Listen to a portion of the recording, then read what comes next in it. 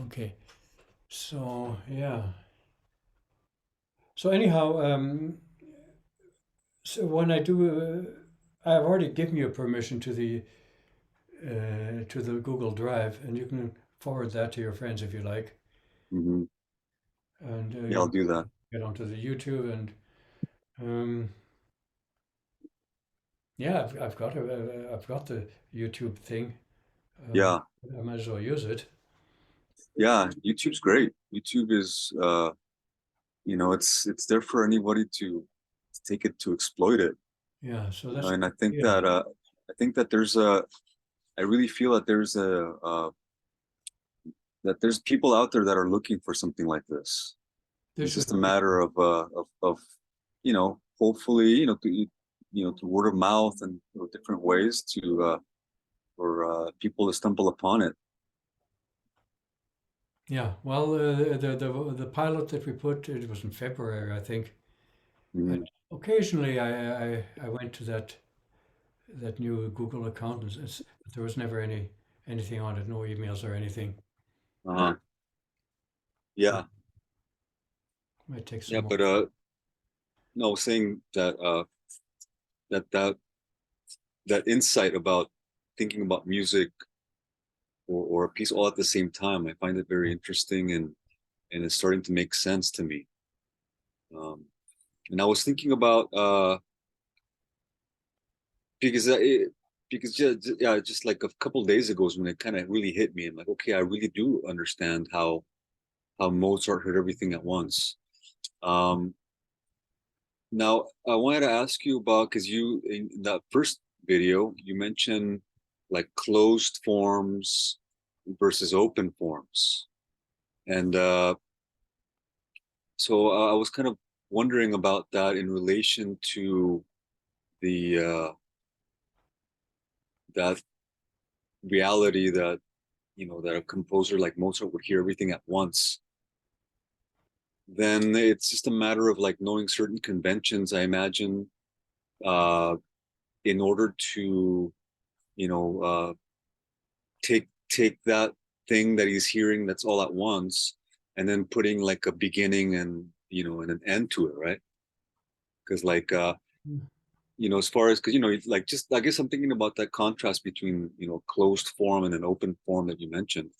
Man, that was another very interesting uh idea that dichotomy that I'd never thought about. I mean, I guess I thought about it. I'm familiar with the idea of what are they called, through compositions. Mm-hmm. Through I'm not I'm not sure if that's what you meant by an open form as well, but you know, uh, like I guess I was wondering about the relationship between a closed form and an open form. Okay, so let me think about that. Durchkomponiert is translation from the German. Um, I'd have to review actually what that's supposed to mean. But I think what I meant when I said closed and open form is a closed form is like a song. It has a, it has a. As soon as you hear half of it, you know how long the whole thing is going to be. Yeah, Um, right. and I mean, I've often used in this workshop a thing by Mozart. In fact, I didn't, I didn't scan it for tonight, but and it's a movement from one of his piano sonatas. It goes about like this up here.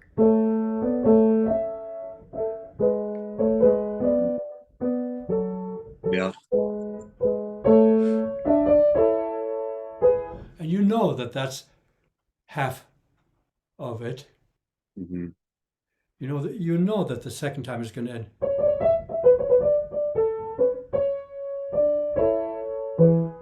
Well, Mozart actually extends it a bit.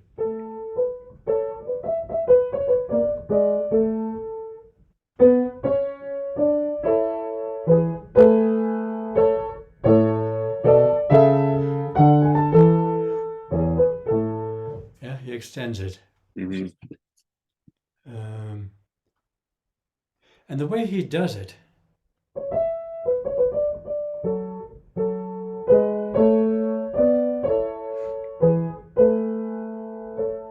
that's That's the feminine ending.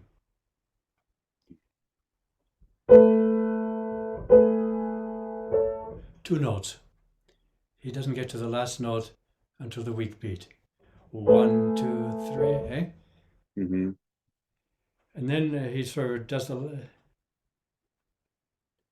Which means da da da da da da da da.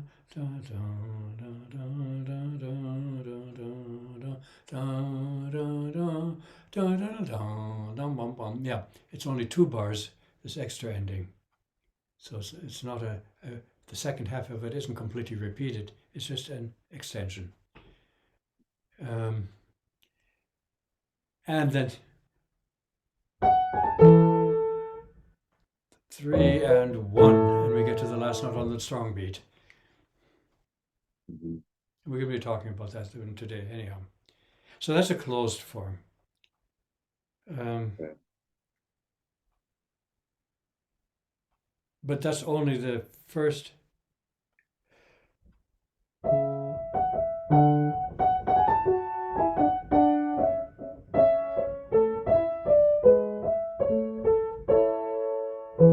That's a short B section, and then he repeats the beginning, which is a little strange. It's an awfully short B section, I must say. But the whole.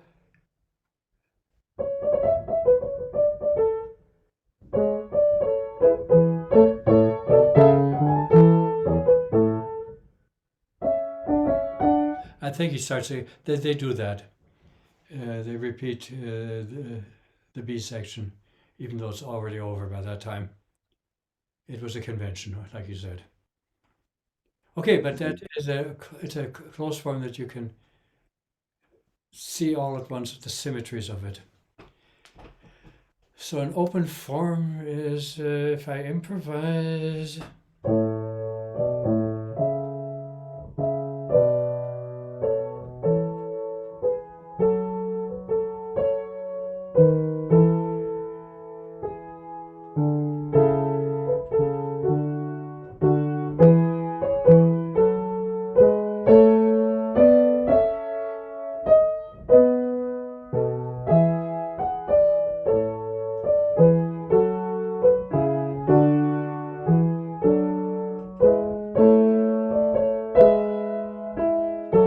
Hey? Mm-hmm. And I could keep going for another 10 or 15 minutes like that Right. without having any, I could make it any length you wanted. Mm-hmm. So it doesn't have, I suppose, an overall shape. But then when you get big symphonic or even sonata movements in sonata form, they kind of do have a shape there. You do sort of get the feeling that they're just the right length. Like Mozart said to the emperor, when the emperor said, you had too many notes in your piece. And Mozart sort of stiffened up and said, Sire, my pieces always have exactly the right number of notes. Yeah. Yeah, I love that. I love that movie. Just as a side note, did you watch the Amadeus? I don't know, I forget the name. It was Amadeus Live, I think it was called, something along those lines. Um, where at it was at the Jubilee, and they showed the movie Amadeus with a live orchestra playing all of the Oh, I see. score. Yeah, I see. Yeah, they've, yeah.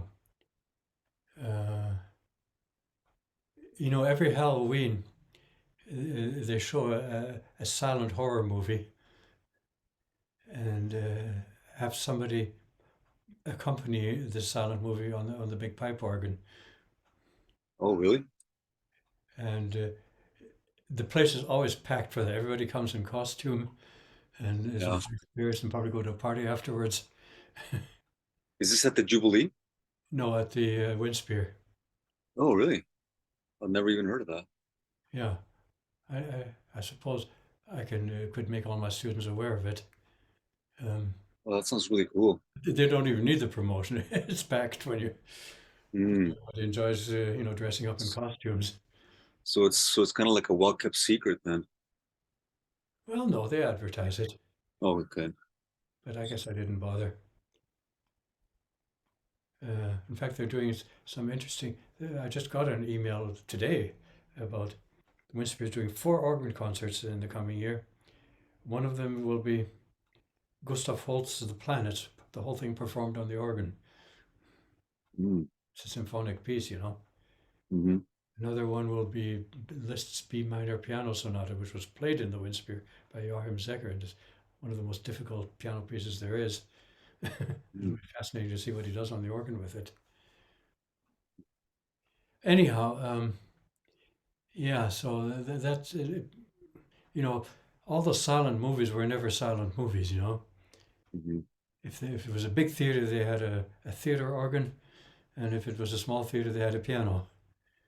Mm-hmm. And there was always work for musicians. I don't think they ever actually had an orchestra, but they probably did too. Yeah, that's true. And it's always interesting, and it's fun, I think, to improvise to something like that. But the guy that's doing it this Thanksgiving, the same as last Halloween, is playing from a score, actually. Oh, okay. I mean, it's like you see a Hollywood movie from, say, 1955, and there's a symphony orchestra playing. Well, there's a score for that. Mm-hmm. Soundtrack can be performed.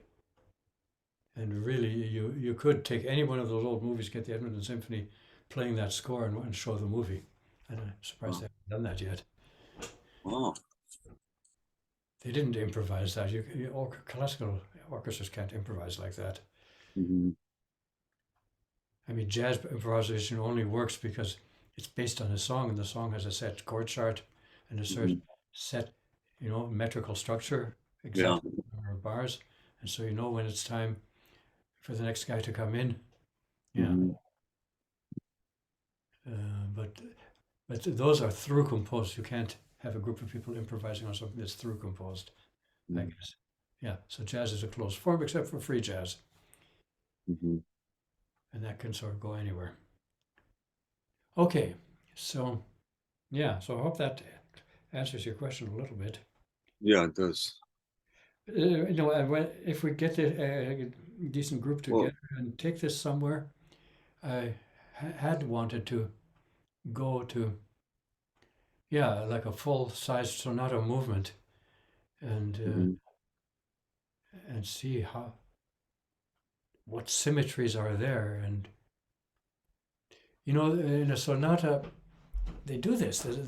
The symphonic movements, the sonata movements, you hear it on the classical music on the radio, and they still have inherited from 100 years earlier, those classical composers, the idea of there being 2 parts to a piece, and each part is repeated. A first section and a second section. Each one gets repeated. Mm. But actually, these sonata movements have a 3-part form. Mm. The exposition, and the other thing the sonata form has is 2 contrasting themes, and then the second theme comes into the home key. But there's an exposition, there's a development, and there's a recapitulation where you hear the first part again, but with the second theme changed into the home key, which is otherwise in a different key. Okay. And but so it's like A, B, A, but what you have is A repeat and then B, A repeat. A repeat, and then B, A repeat. And they do those repeats. But those movements are so long that I can assure you that 90% of the listeners are not even aware they're hearing it again. Right. I'm sure. Yeah, I'm sure. So that's sonata form? Yeah. And Okay. yeah. Okay. You look at my neighborhood in Edmonton, and I know where everything is and how far I have to get to the bus stop and things like that. Like that plane that crashed in the Colombian jungle with those children on board. Mm. You're in the wilderness. You have no idea how far you'd have to walk to get to civilization. Yeah, it's open form. See what I mean? Mm-hmm.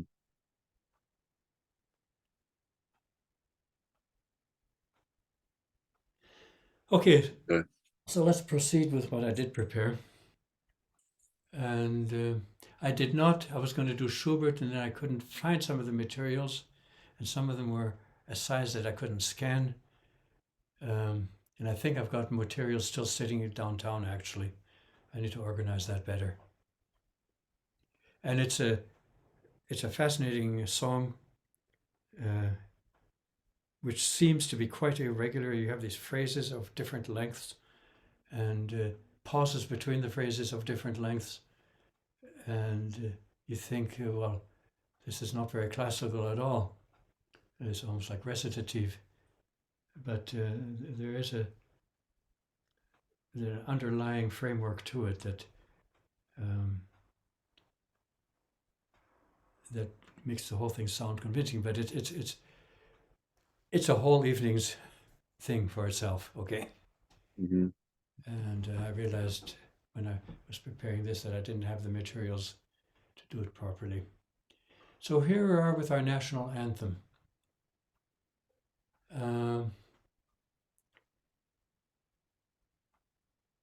And I don't even have to sing it for you. You know how it goes, right? Mm-hmm.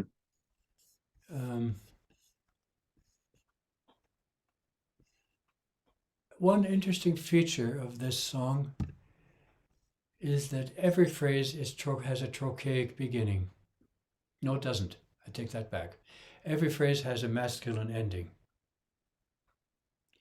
I just showed you feminine and masculine endings in Mozart.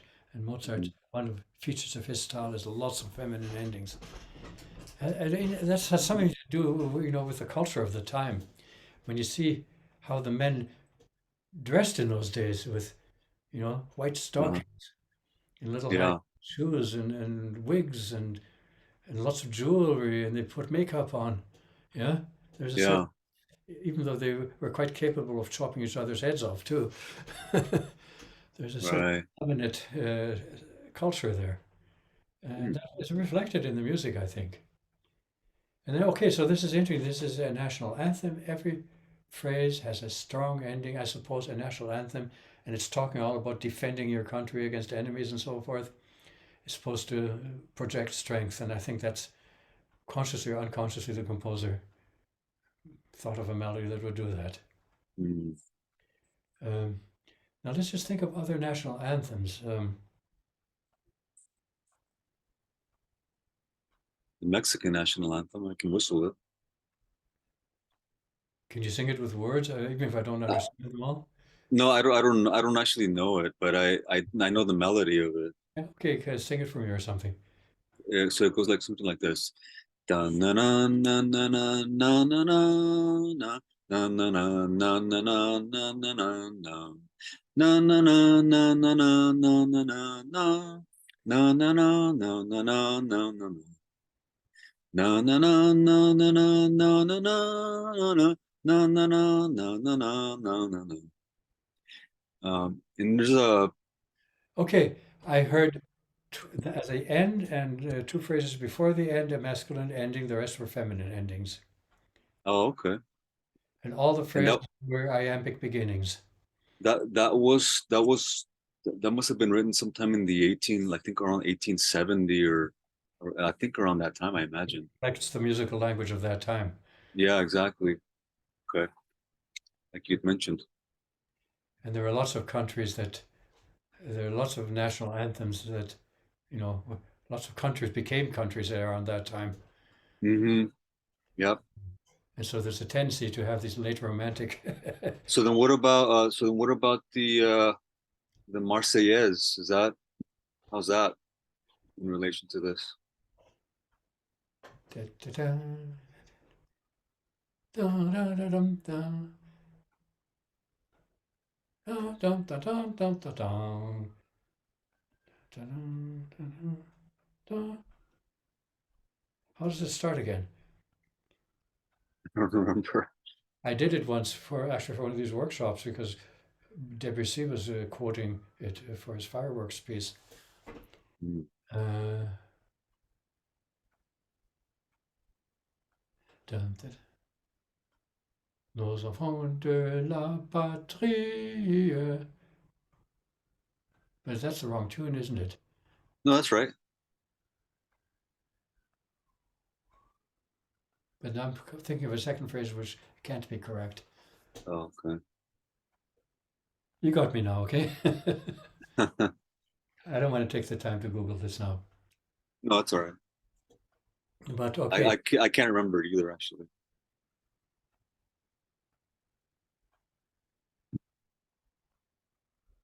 but the American national anthem and the German and the Austrian national anthems are all, and God Save the Queen, the British one, King Hmm. Henry's, all from the 18th century and totally in that style.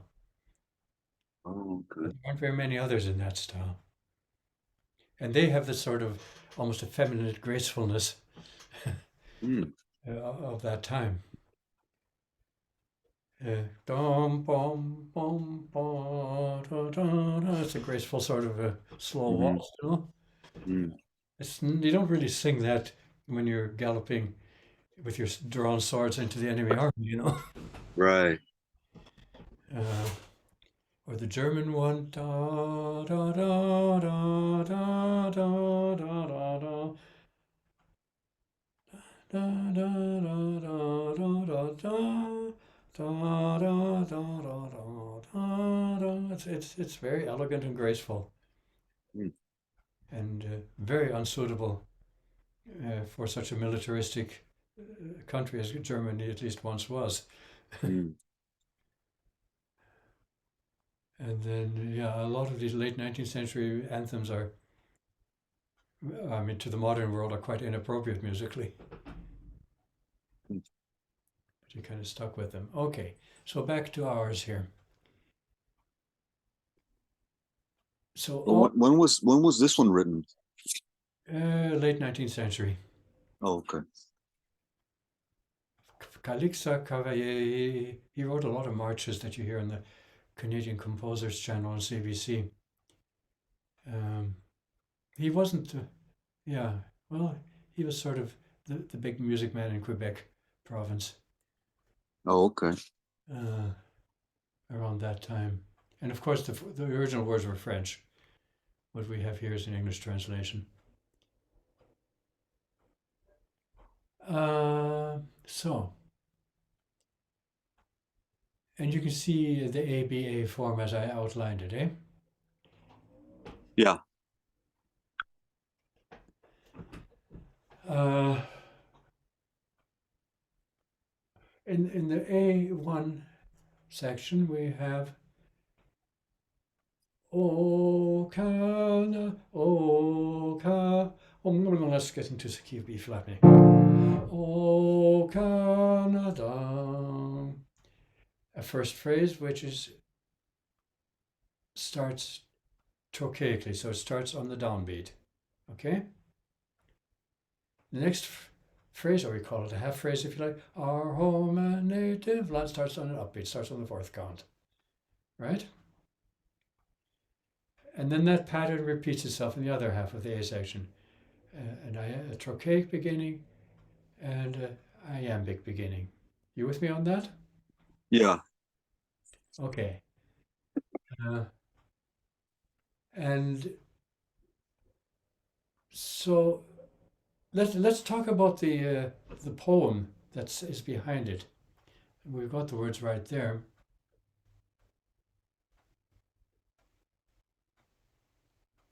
O Canada. So in poetic scansion, did we ever talk about that? No. We count the strong beats. So, I mean, I can't see myself right now. I need to. Am I there?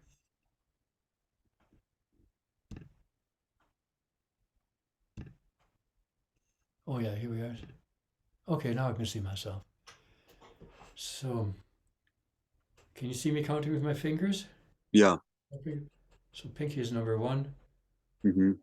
O Canada. Three strong beats, right? Hmm.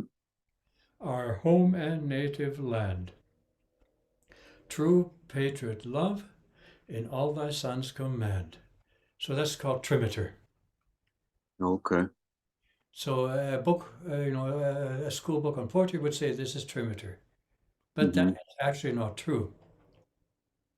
Any poet at a poetry recital who had just written this poem, was sharing it with his friends at a poetry cafe or something like that, would say it like this: "O Canada, our home and native land, true patriot love in all thy sons command," would put pauses.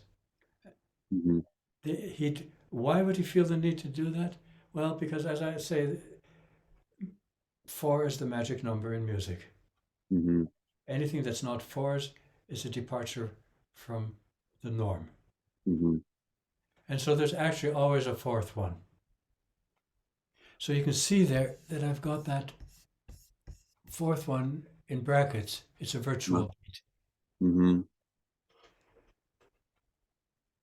But, the composer then instinctively saw that this is what's going on in the poem, and there's no way we're going to put this in slow 3s. O Canada, our home and native land, true patriot love. You could, but that would feel weird, I think. Mm-hmm. But as far as the poem is concerned, it's very, very common. All kinds of poems. Let's see. Amazing grace, da dum ba bum, that saved a wretch like me. Okay, here we are. What's the second part of Amazing Grace? How sweet the sound. Oh, the sweetest sound. Okay. Amazing grace, how sweet the sound that saved a wretch like me. The alternation of 4s and 3s is quite common. Tons of poetry does that. And in the song itself, they have an extra beat at the end of that saved a wretch like me, rest. Well, Mm-hmm. and because music making in churches is so horribly bad, I've seen it in lots of books like this. Amazing grace, how long, amazing grace, how sweet the sound that saved a wretch like me. Da da da da da da. Yeah. Yeah.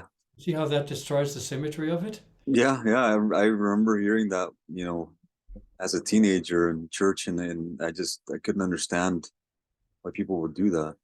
Utter stupidity. That's why people, if they Yeah. don't have an accompaniment to keep them occupied for the empty beats, they won't wait for the empty beats. Yeah. This was in like a kind of an old-fashioned church where it was mainly seniors, and they did the music just from hymnals. Yeah. So it went exactly how it was in the hymnal, and I remember it was always odd to hear that version of it. But the hymnal only does that actually incorrect rhythm because that's what the compiler of the hymnal heard people doing, and that's how I guess that's how the song gets done. Oh, okay. And the printed version then just perpetuated the mistake. Why? Because still, the organists will just play what a 4-part choir would sing.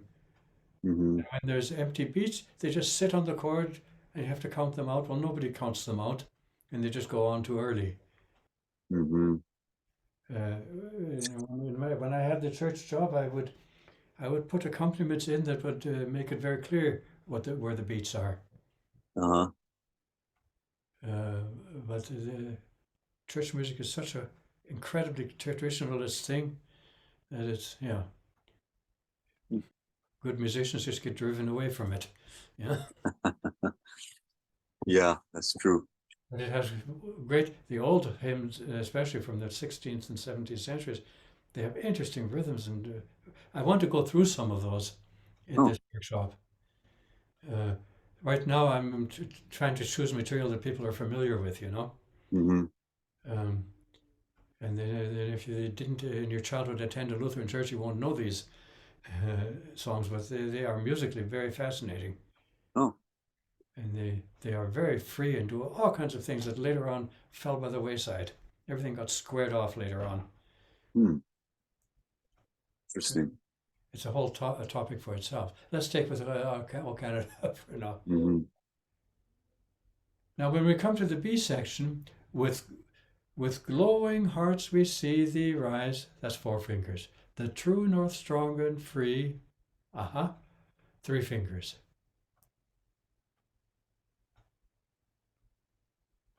And that repeats itself.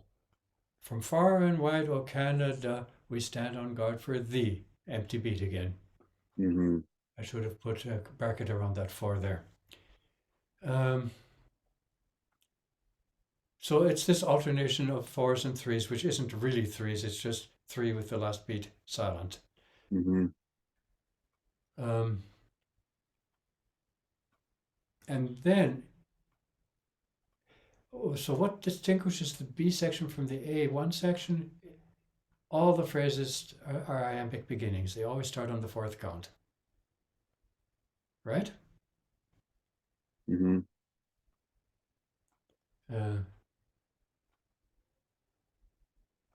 When I had people, students wanting to do like basic classical composition, you get these exercises in doing Baroque dance forms.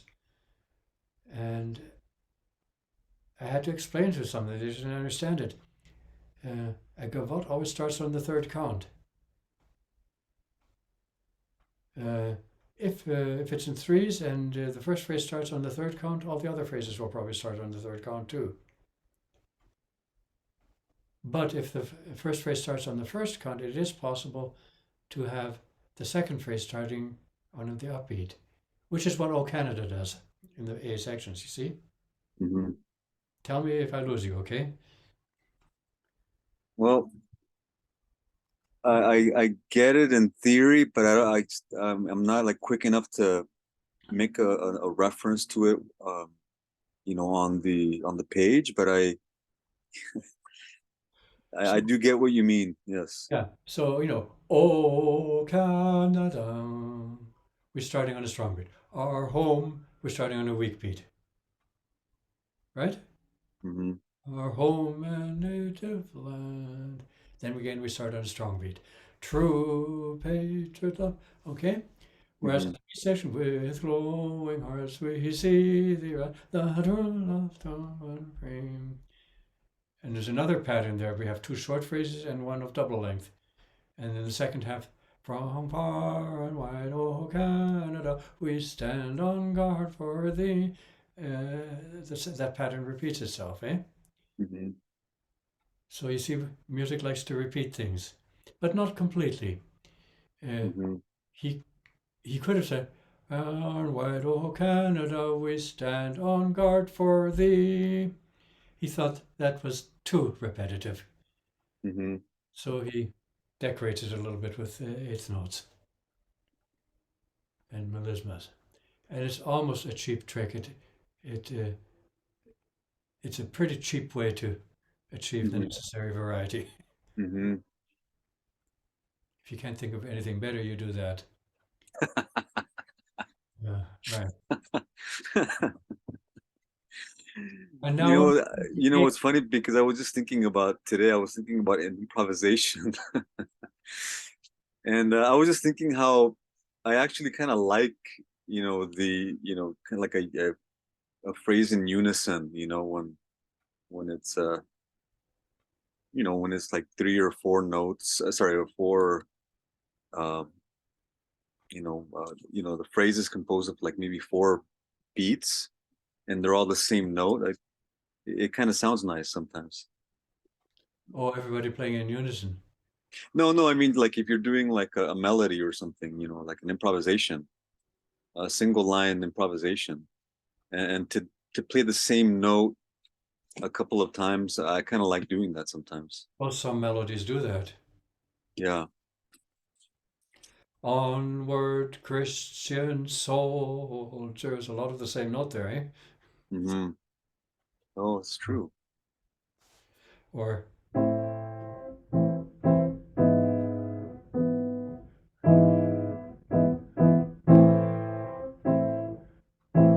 that's the last one of those E's. Mm. Yeah, that's one of his trademarks, is one note melodies. That's who? That's Beethoven?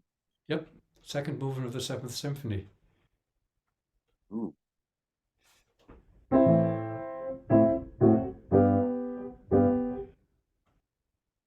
Wow.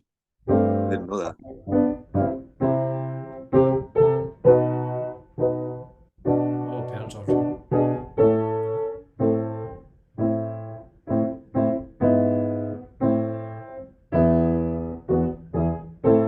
That's it.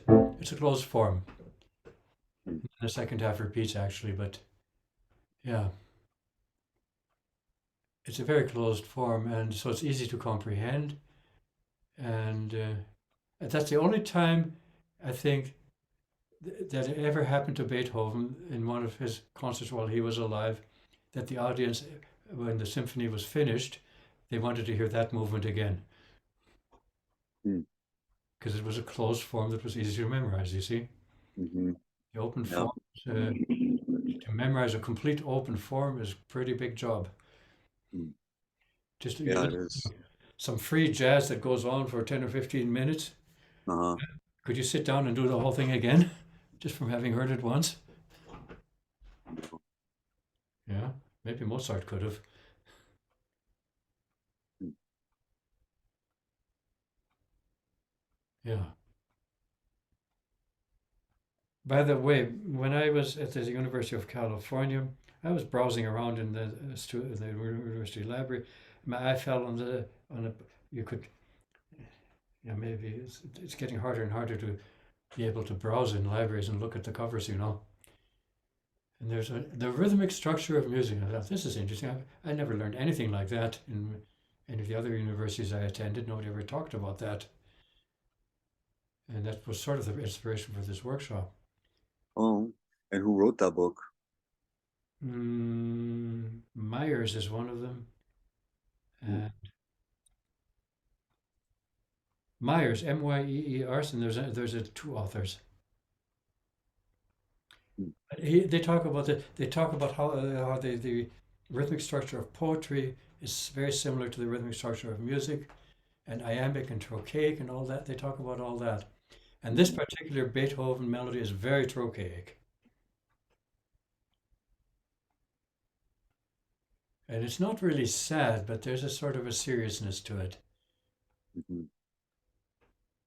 Well, he actually did a funeral march in one of his piano sonatas, and it isn't trochaic. It starts iambic. It's an upbeat beginning.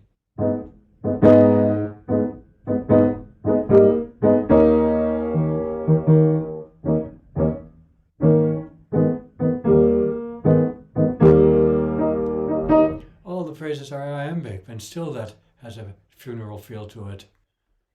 Mm. And can you remind me again the iambic and So iambic means starting something on a weak beat. okay, and the other one is trochaic, right? So basic iambic is weak strong, and trochaic is strong weak. Okay. And that those terms were first developed for poetry, and then Cooper, I think, Cooper and Myers, I think, were the author, Cooper, were the authors of that book. Okay. And I can imagine it's hard to find now. Um, so, for example, Shakespeare's plays are all iambic pentameter, that's five strong beats in a line.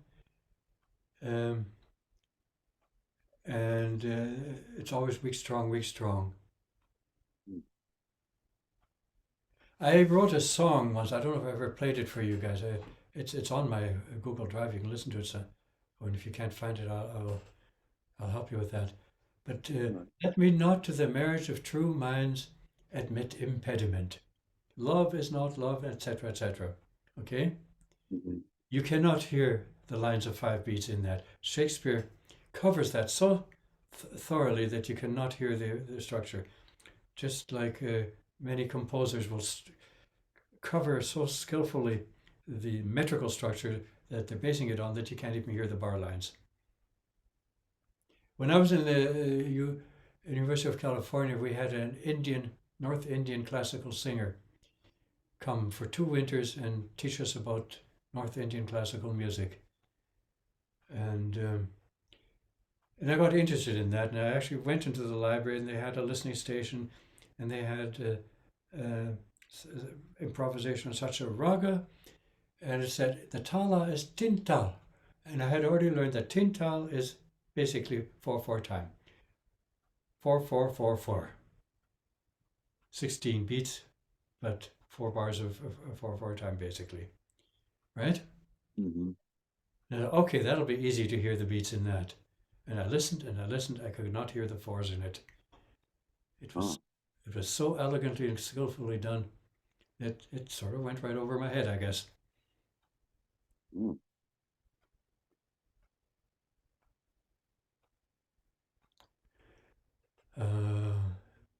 Yeah, so I forgot how I got onto that. Oh yeah, so iambic and then Shakespeare is so. I will say those words again in a very bad way, but that shows the metrical structure, and I need 5 fingers. Let me not to the marriage of, no, let me not to the marriage of true minds. Maybe like that. That was 5 fingers, you see? Admit impediment. Love is not love. Maybe like that. Mm. So, and there's a lot I wandered lonely as a cloud that floats on high o'er hill and vale. That's William Wordsworth, I think. Iambic tetrameter. Tetra is 4 beats. The Greeks couldn't say quattro. They couldn't pronounce those Qs. They said tetra.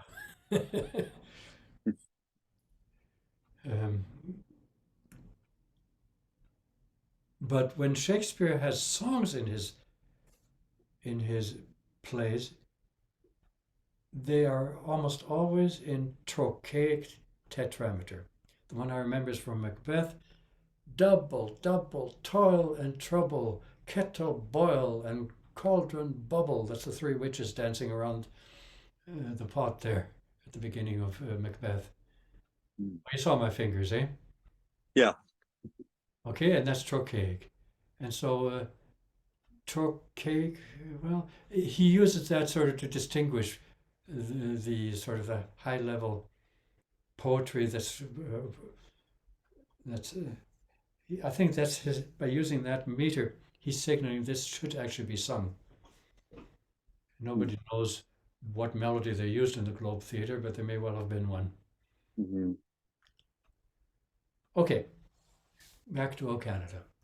I'm pretty terrible for weaving off from the point, aren't I? No, that's all right.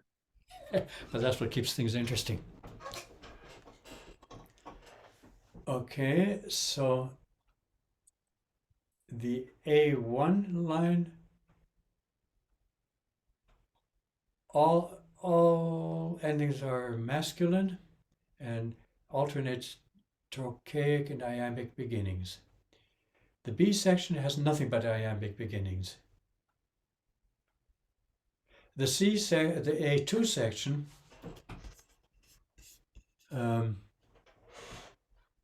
does it a little different.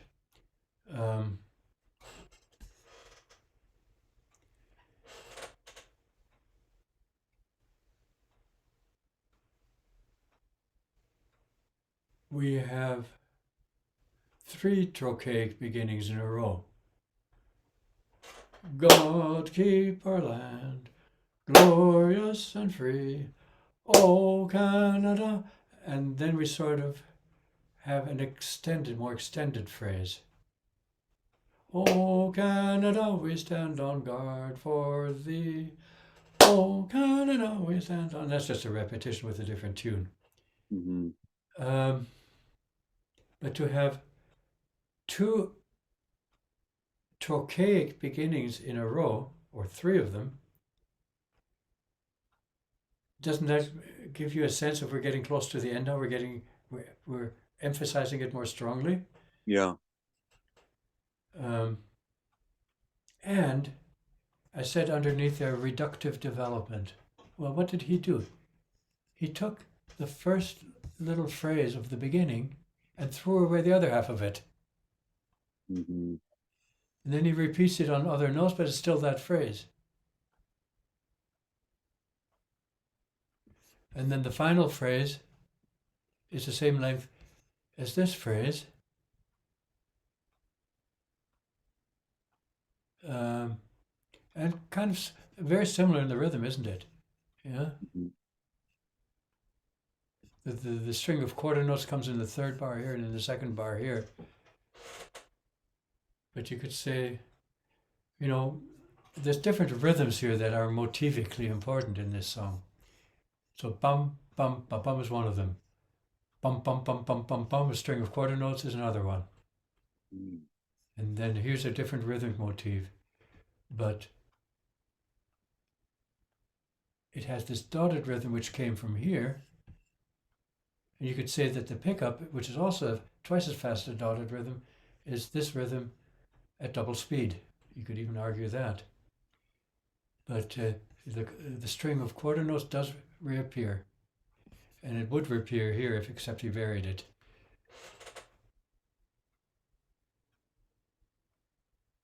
There's 4/8 notes. Those 4/8 notes, yeah, well, they're just quarter notes with a little bit of extra notes. Mm-hmm. Ya da dum dum bum ba, we stand on guard for thee. I'm doing it in quarter notes now. And you know, it goes down the scale and back up. It's not such a big deal. But the interesting thing is that when we get closer to the end of a piece, we get what the Germans called Engführung, the Italians called it stretto. Things become denser. Mm. The end of a piece is like the end of a person's life. You know, as you're falling off the cliff, Mm-hmm. while you're sailing through the air, before you hit the bottom, your entire life replays in your mind. Yeah. Sort of thing. Mm-hmm. And it's almost like you get to, you know, this is going to be close to the end. And we do the first half of the beginning phrase, and then we don't really have that much time. We'd better just stick. But the other thing is that that is what development really always means in music. We think development means you've got an idea and then it grows, eh? Mm-hmm. A simple idea gets longer and longer as you add more ideas to it. It's more common, and Beethoven again is very famous for that. Bartok too, for that matter. To when you get close to the end, you don't add more material, you subtract material. And that's clear, eh? This is the opening phrase, half of it has already been subtracted. Hmm. And then we have it a third time.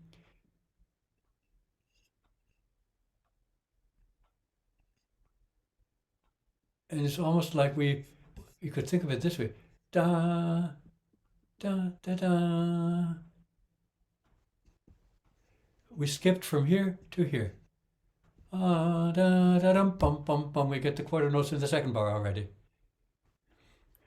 And since we got there too early now, we got to this point, one bar too early, well, we have to extend it a bit to maintain the symmetry of the 4-bar phrases. You with me on that? Mm-hmm. But then, yeah. That's very skillful of Calixte Cavalier, because having slow notes at the end makes it sound like an end, you know? Mm-hmm. Oh, Canada, we stand on guard for thee. That's not a very convincing ending, you know? Right.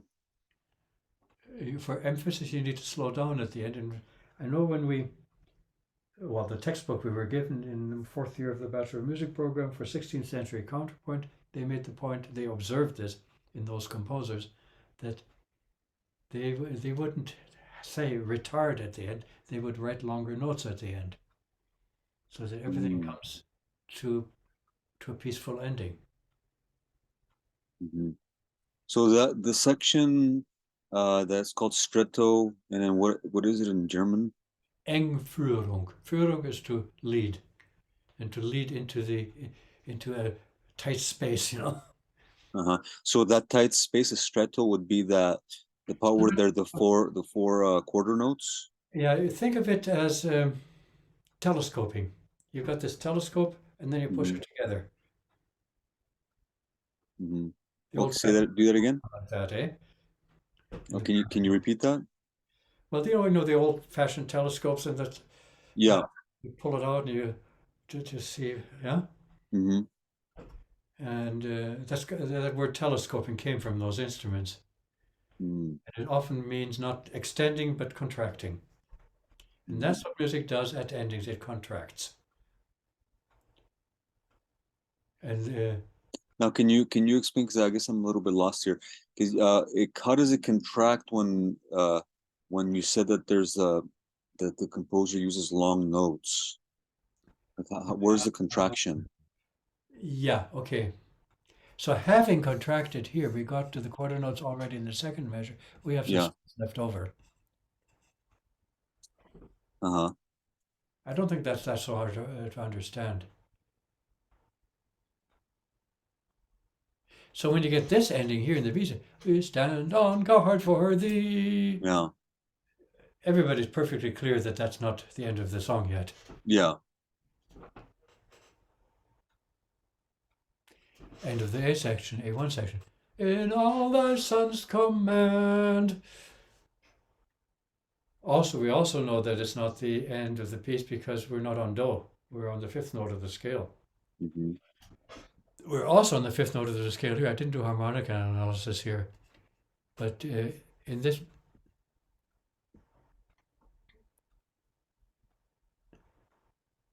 in all thy sons come. In both cases, we have modulated to the key of the dominant, so that Mm-hmm. so is actually Do of the new key. Oh, it changes key there in Yeah. B section. So both the A1 line and the B line modulate to the key of the dominant towards their ends. And you could Oh. argue that he should have saved that, but they're really in a regular, very conventional piece like that, there's only one key you can modulate to is the dominant. Oh, okay. Um, a classical ABA form would have started in the new key, but this one goes right back to the tonic key. So, true, true, to patriot love. There's a. Okay, I was thinking of it in A major. True patriot love. There's a D sharp there. And then the Mm-hmm. A should have only D natural. In Mm-hmm. all thy son's command.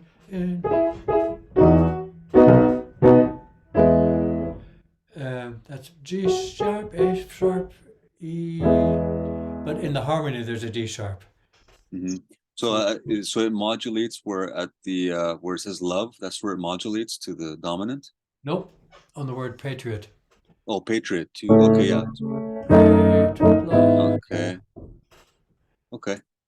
Um, as soon as you hear that D sharp, but the melody could do something different.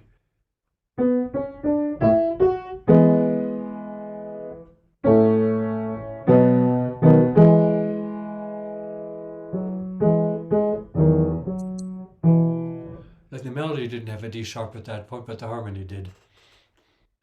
And is the B section is that still in the new modulated key? That one's in the That's dominant. what you would expect in a classical ABA form. Oh, right, right. And then now this one, does the B section modulate at all then? Or does Yes. it just stay? So here we are. In all songs command with that note is a D natural again. Mm. Can you feel it? Yeah, definitely. Here in this more bright key, Yeah. now we've lost that brightness. Eh? Mm. What key? What's the original key? I'm playing it in A major, Okay. which is much lower than it's usually done. It's like a half an octave lower. And I have Okay. discovered working with, like in the church too, when there's no accompanist and people will just start singing a song, they will Mhm. invariably sing it a half an octave too low because it's Oh, more comfortable down there. yeah. That's what I'm doing Okay. because I don't And want. does the B section modulate to the dominant near the end like the A sections do? It does. Okay. We haven't modulated yet. From far and wide, oh Canada, Canada. That's E, D, C sharp. We still haven't modulated. Yeah. Canada, we stand. Did you hear the D sharp in the harmony there? Yeah. We Yeah, it is. stand on guard for the. And I didn't have to have it on the word we. We stand on guard for the. That way you only get the D sharp on the word guard. But I find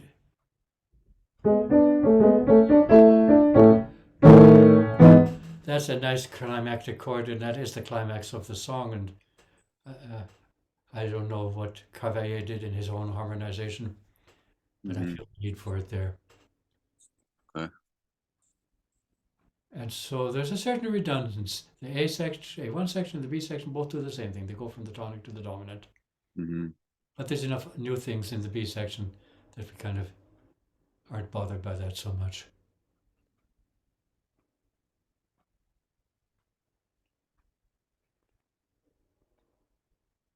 But you see, the units of repetition, we have to go 4 bars before we repeat the rhythmic pattern. You see what I mean? Yeah.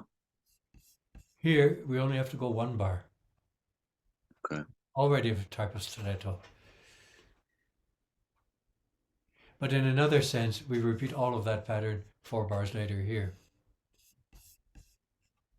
But in another sense, here's the real stretto. We get a certain rhythmic pattern and we repeat it 2 bars later. That hasn't happened yet. And then we have a 4 bar phrase and that repeats. So we get longer units towards the end. So that extra phrase at the end is 4 bars and it's a full 4 bar phrase.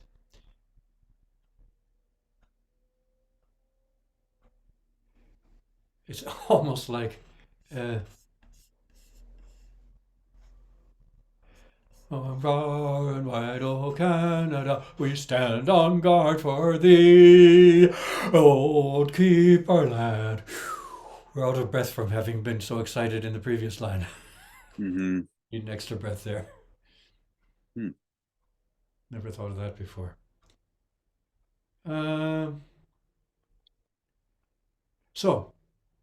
But let's get to the what's to make music tick aspect of it. Wait a minute. I need to window this.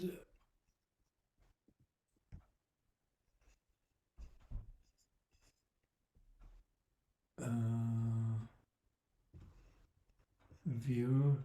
Oh, here we are.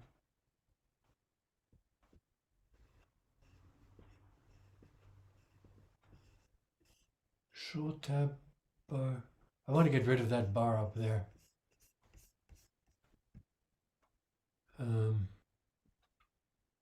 Maybe it's here. Which bar? Oh, that black bar on the top. I don't even know what it's called. It's hiding.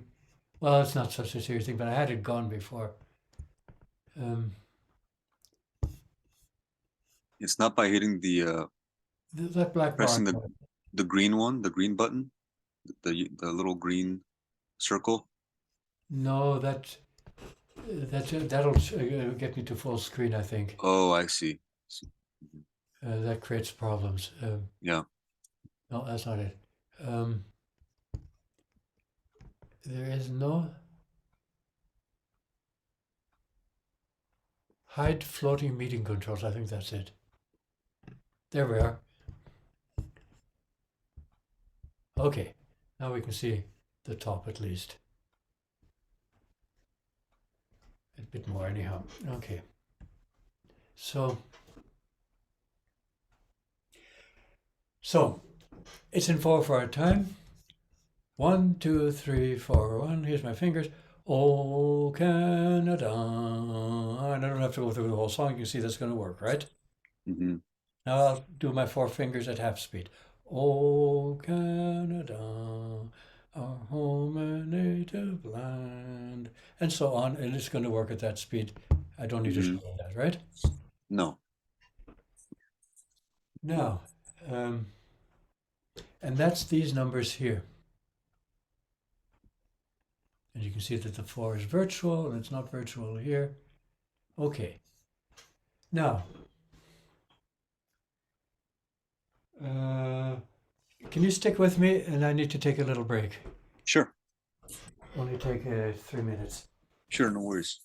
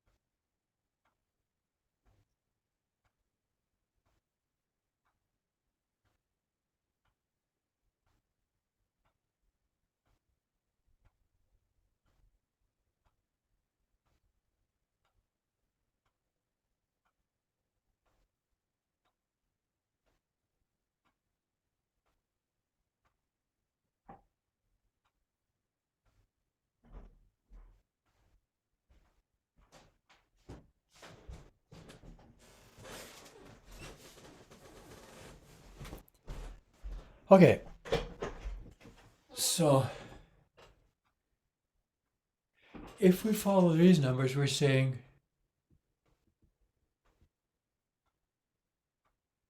O and home and true and all are the strongest beats. Do we, and I think I've many times when I felt it like that. Oh, Canada, our home and so Canada. I'll conduct. Oh, Canada, our home and native land. True patriot love in all thy sons command. But you could also think of it this way. 1, 2. O Canada, our home and native land. True patriot love in all thy sons command. See what I mean? Oh, you're not there?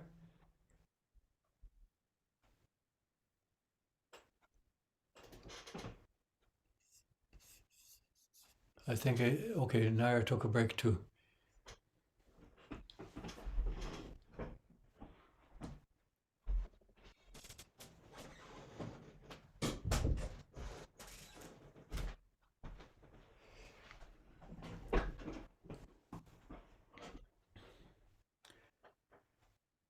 Let me know when you're back.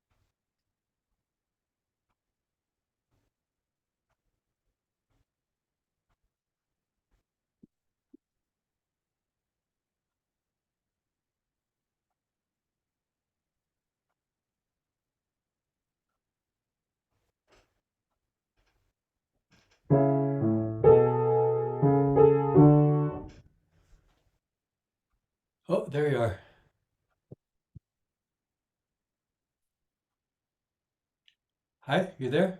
Yeah, I'm here. Okay. I actually launched into the continuation and didn't realize you weren't there. Oh, okay. Okay, so I sang it for you sort of this way with the emphasis on the ones there, right? I did that Hmm. already, didn't I? Yeah. So now the point of these numbers is to put the strongest accent not on the first note but on the last note.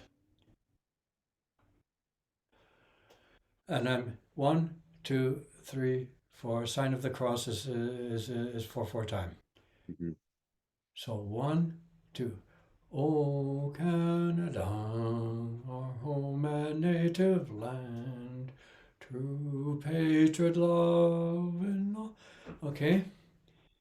Um, and it's debatable which one is more convincing.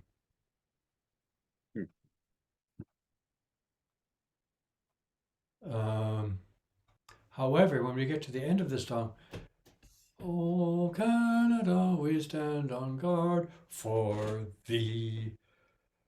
Oh, Canada. So, 3, Canada, we stand on guard for thee.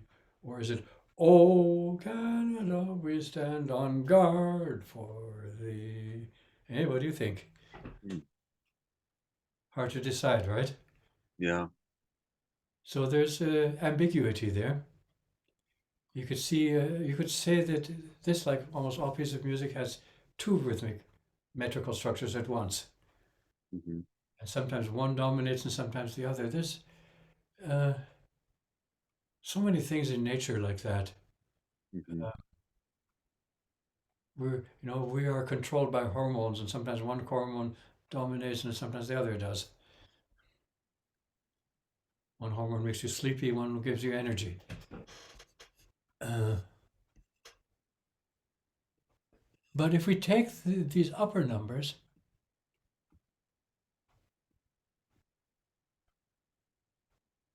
and but there's that ambiguity always. Is it the first note is the most important because it's the first note, or is the last note the most important because it's the last note? Um, if we take the last note version, then we have these 1, 1, 1, 1, and nothing is ever the same. Nothing is ever equal in music. There's always a hierarchy. And if we're taking on this level the last note to be the strongest one, then we must take this one to be the strongest one. And that gives us 1. Oh, Canada, our home and native land, true patriot love in all the sun's command. True. No, let me do that again. Oh, Canada. 1, 2. Oh, 1. Oh, Canada. No. 1. Oh, oh, Canada, our home and native land, true patriot love in all thy sons command. So, in a hierarchy of 4, 1 is the strongest, 3 is always the second accent, the second strongest, okay? So say that again. And when we count fours, Hmm.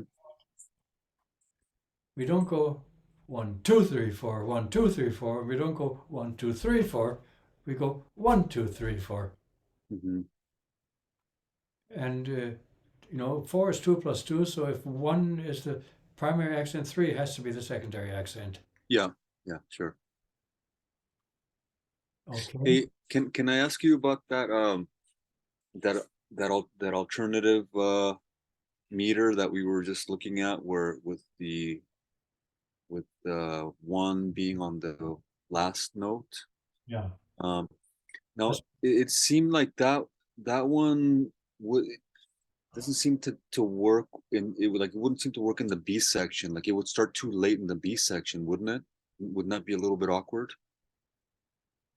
Well, let's look at the B section. Because Well, it's starting all the way into the second or you know what is that, the third measure or the so we're going to look it at these numbers here, okay? uh-huh. With, glo- with, okay, one, two. With glowing hearts we see thee ride the true north long and free. From far and wide, O Canada, we stand on guard for thee. That I think is pretty convincing compared to with glowing heart we see thee ride the true north strong and free. Mind you, there's a high note in the melody on that one. Yeah. Hmm. Far and wide, O Canada, we stand on guard for thee. I mean, yeah, I've usually have felt it like that myself. Hmm. Because I was just wondering because I was, you know, when you were doing it the first time and you stopped, you didn't continue onto the B section, but it was just weird that the first part of the B section would be wouldn't be emphasized. You know, like it would you'd have to go until the where is it? With glowing hearts. We see See? like that's where you would feel the first beat in the B section, or that's where you feel the first strong pulse of the B section. And it seems like it's a lot like I don't know if that makes any sense, but Well, it seems artificial, perhaps. It can be revealing to just say the word sometimes. uh-huh. Now, even if we take the lower numbers, oh Canada, we are putting an accent on a weak syllable, on an unaccented syllable. Okay. And I think the first time in my life I heard that song, I said that composer is not setting the words very well. Hmm. And I had actually I wasn't sure of the words, and I think if we were to look at the French words, we would find that we don't have that problem in the French version. Okay, Hmm. but we say, "O Canada, our home, our home and native land, our home and native land." Nothing wrong with that, eh? Our home and native land makes less sense. Hmm. Yeah. What's the most important word in the next sentence? Love. True patriot love. Okay. Yeah. True patriot love. Yeah. Yeah. That's true. Yeah. And what we're doing with that love? We're commending it. Mm. Yeah. Yeah. That's right. With glowing hearts we see thee arise, the true north strong and free. Very clearly that free is the most important word there. Yeah. You're right. I see it now. For far and wide, O Canada, we stand on guard for thee. Yeah. Hmm. So it is, well, music does want to end strongly and not weakly in most cases.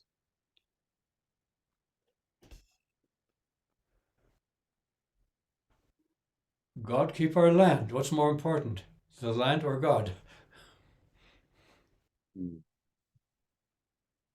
I mean, some theologians might argue about that, but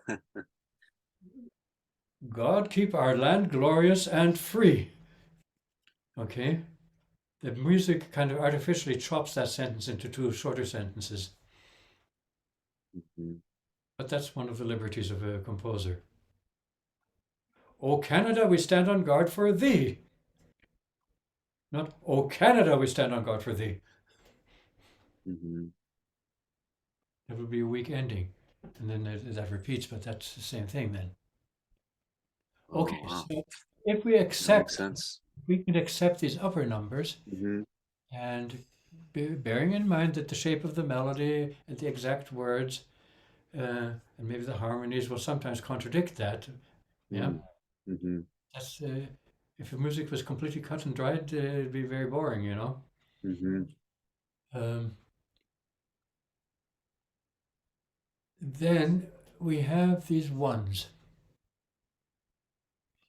and you can see that this main downbeat is stronger than this one, right? Oh, Canada, our home and native land, Yeah. right?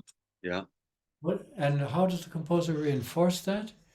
Well, he gives only 3 beats to this final note, and he gives 4 beats to this one, Mm-hmm. which means you take a deeper breath here and start this phrase more strongly. Mm-hmm. True, but a good singer wouldn't expend most of his air on the first note. This land, true patriot love in all thy sons command. That's a complete crescendo right to the last note, or maybe have the climax a little earlier. In all thy sons command. So, you know, there's asymmetries superimposed on the metrical symmetry. Eh? Mm-hmm. Mm-hmm. Um, and then these numbers here then make sense, don't they?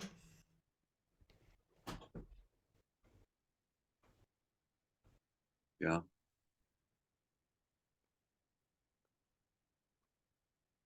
Also, the way you harmonize. That's not a primary chord, you know. That's chord 6. It's not a strong ending. That's chord 5. That is the obvious strong ending, you know, or half Mm-hmm. strong ending. There's chord 1 in the new key, but it's inverted. There it is in root position, you see? Mm-hmm. That weakens it, you see? Yeah. Now we have chord 1 in root position plus do is in the top too. Mm-hmm. So that's a So very strong ending then. so what is that top? What do the top numbers mean again? The Uh, second, the middle row of we've decided that this and this are the main mhm. downbeats on that Yeah. step. And then the top row of numbers Mhm. decide that this is the This is strongest of those of downbeats. all of them. Yeah. Okay. And it is. Yeah. Our hominid.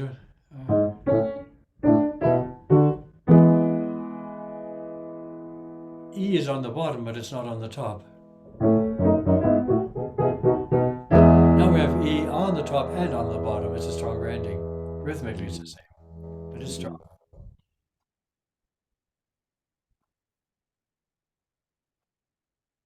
And clearly, this is a stronger ending than this, eh? Da da da da da da da Yeah. da da bum bum bum bum. Da da da da da da da da da da yum bum da da da da da. So which is stronger, this one or this one?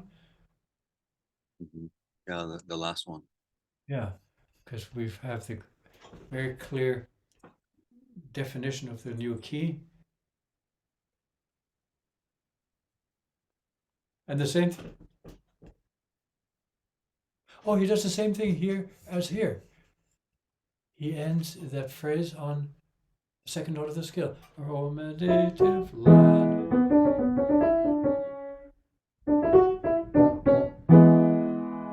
He's really repeating himself. That's a bit of a weakness in the composition, I must say. But maybe it creates familiarity too.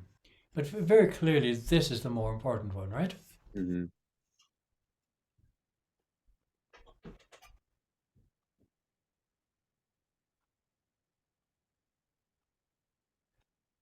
So 2 is one of the weak beats in 4/4 in fours. Here's the secondary accent. And since this is a perhaps the weakest of all the beats, many singers would sing right through without breathing. God keep our land glorious and free. Huh? Hmm. And even though the meter doesn't, the rhythm it doesn't call for that, just the feeling of this being a weaker beat would. And then the same thing happens here. Oh, Canada, we stand on guard for. Yeah, nobody would want to take a breath there. Oh, Canada, we stand on guard for thee. Yeah. So is this stronger than this? Glorious and free. Yes, because we sort of da dum. Well, first of all,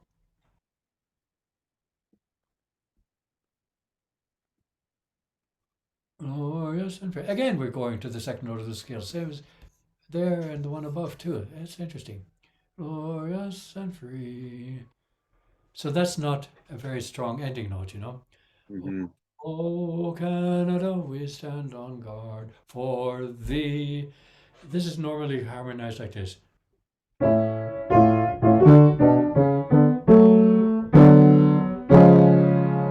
It's called a Phrygian cadence and very emphatic, right? Hmm. So we're really on the dominant of F sharp minor at this point. The what note is the, It's C sharp now, and then so that's which degree? third degree of the scale. Oh, okay. The Phrygian scale, the Phrygian mode is the E mode, which is the third note of the C scale, right? Okay, yeah. Hmm. So that sort of a harmonized cadence is called a Phrygian cadence because it you have it, but strictly speaking, it's the dominant of. It's not a C. That C sharp chord is the dominant of an F sharp minor chord, which is sixth, which is the relative minor of A major. Um, Lots of Baroque slow movements end on the half close like that. Uh, and since when we hear that, we know that's not going to be the end of the song. We're not in that key.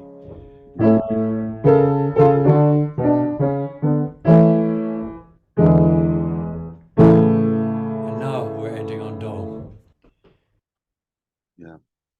Uh, so it's clear that this, even the first time around, is stronger than that, eh? Hmm.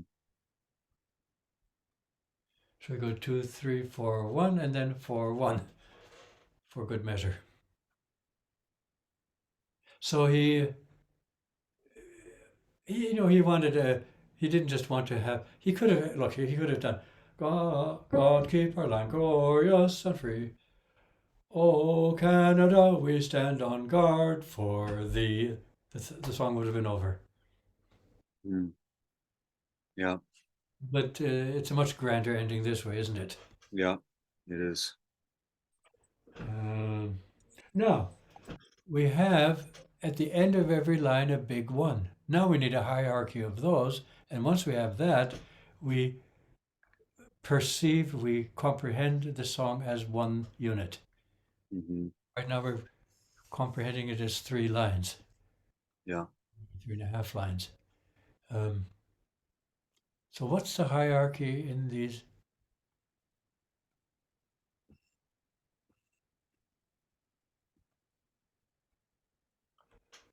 And you see, now I know why he'd extended the ending.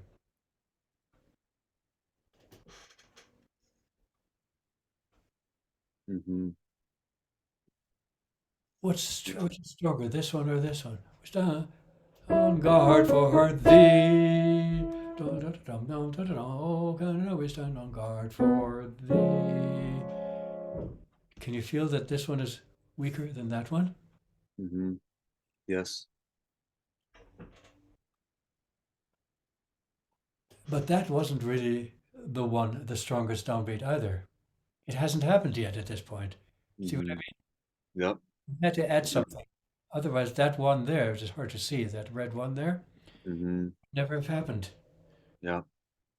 Hmm.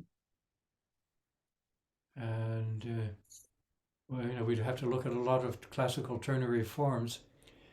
Um, yeah, your standard jazz song is AABA. Yeah. So, the number four rules even on the largest scale. Mm-hmm. A1, A2, B, A2. All the jazz songs do that. Mm-hmm. Um, so they're not Turner. They do have what they call the bridge, a B section.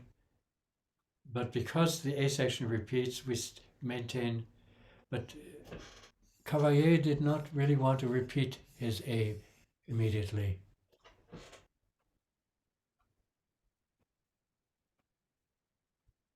But in a sense, when I hear, I'm sure when I first heard this song, I said, well, this B section is coming a little bit early. He didn't need to be in such a hurry to go on to the B section. Most songs, normal songs, would have repeated the A section. But having not repeated the A section, he painted himself into a corner and had to do that. Yeah, I do. I see it. Yeah. So, and now you see we've comprehended the song as a whole, like Yeah. Mozart. Mm-hmm. And we're not going to go on. Oh, we're not going to go on to the House of the Rising Sun. So, I guess at this point you don't mind having overpaid for the other one, eh? No, no, I don't. We've made that up, and I'm not really doing this for the money. I'm having a lot of fun doing it. Um, but on the other hand, one would like to feel that more people than just you are benefiting from it. Mm-hmm. Um, in theory, we could do something in 2 weeks, okay? Mm-hmm. I'm teaching a piano lesson, just taking advantage of this Zoom thing while I've still got it. Next Friday evening, I think. And in theory, if I'm around, we could do something in 2 weeks. Uh, Yeah, I'd like to do the House of the Rising Sun. Is that that rock version of it? The version by, I forget what band was that was, the Animals or? we have three versions here: Oh, okay. a classical version from a Oh, beginner's book, didn't realize it was a classical song. and then we have Gerald Martin is a sort of a jazz guy, and he does his version also in three-quarter time. And then this came from a different book, and there it is in 4/4 time, and that happens a lot, that you can change the time signature. Oh, And I'll be comparing also different harmonization, similarities and differences in the harmonization and other things. But we've gone on long enough tonight. Uh, can you get your friends in Mexico interested for in 2 weeks? well, I hope I would love for them to join, but I'm not sure if they'll be able to, but I'll definitely let With like no commitment yet. them. Hmm. Yeah, I mean they're musicians. I think they would be interested in it, but it's like I know they would enjoy. I know they would benefit a lot from it. But then sometimes people are in a certain headspace. Maybe they just don't want to do it. But So have they looked at the YouTube thing yet? no, so I'm gonna let them know that it's on YouTube to check out The to see first if one. yeah, to see if it would be something that they might be interested in. I think I'll let them know and hopefully they'll check it out. And that gives you sort of a pretty good basic idea. Mhm. And then I remember the little drummer boy was kind of more uh, cryptic to unravel. Mhm. Um, Yeah, I think this one is the today's analysis was definitely the one that I found the easiest.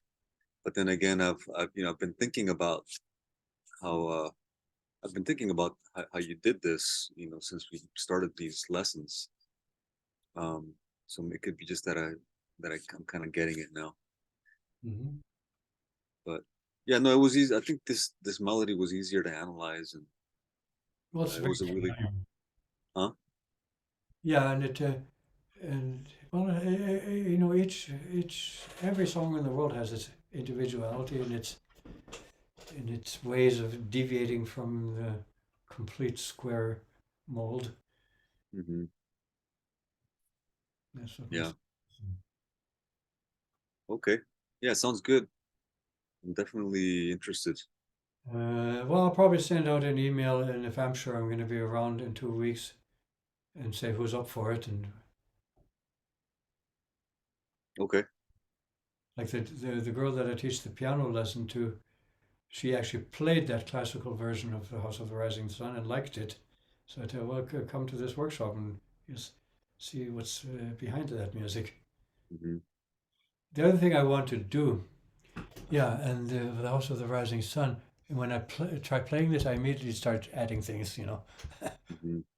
And then I thought, okay, I'm going to write out my own version here with a walking bass. Oh, okay. Yeah, I look forward to it. Yeah. Um, yeah. So we'll be touching on some aspects of jazz, in other words. Okay. You can Sounds mention. good. Okay, so let's stop the recording now. Uh, uh, to do that, I have to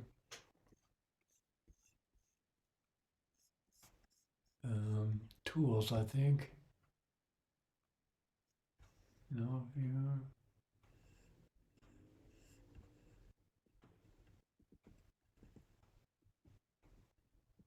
Huh. How do I find that now?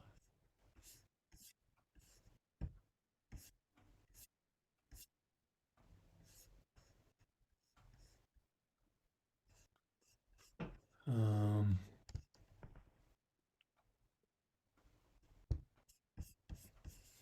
let's get rid of this. Let's put this away.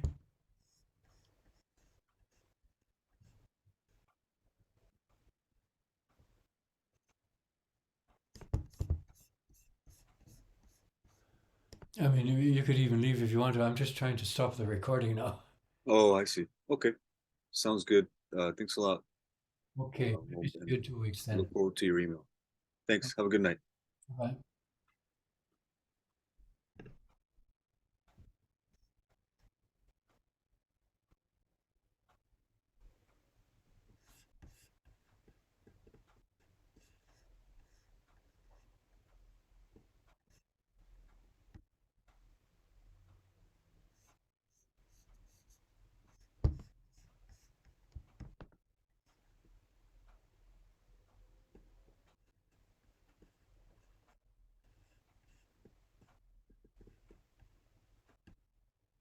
Oh, there it is.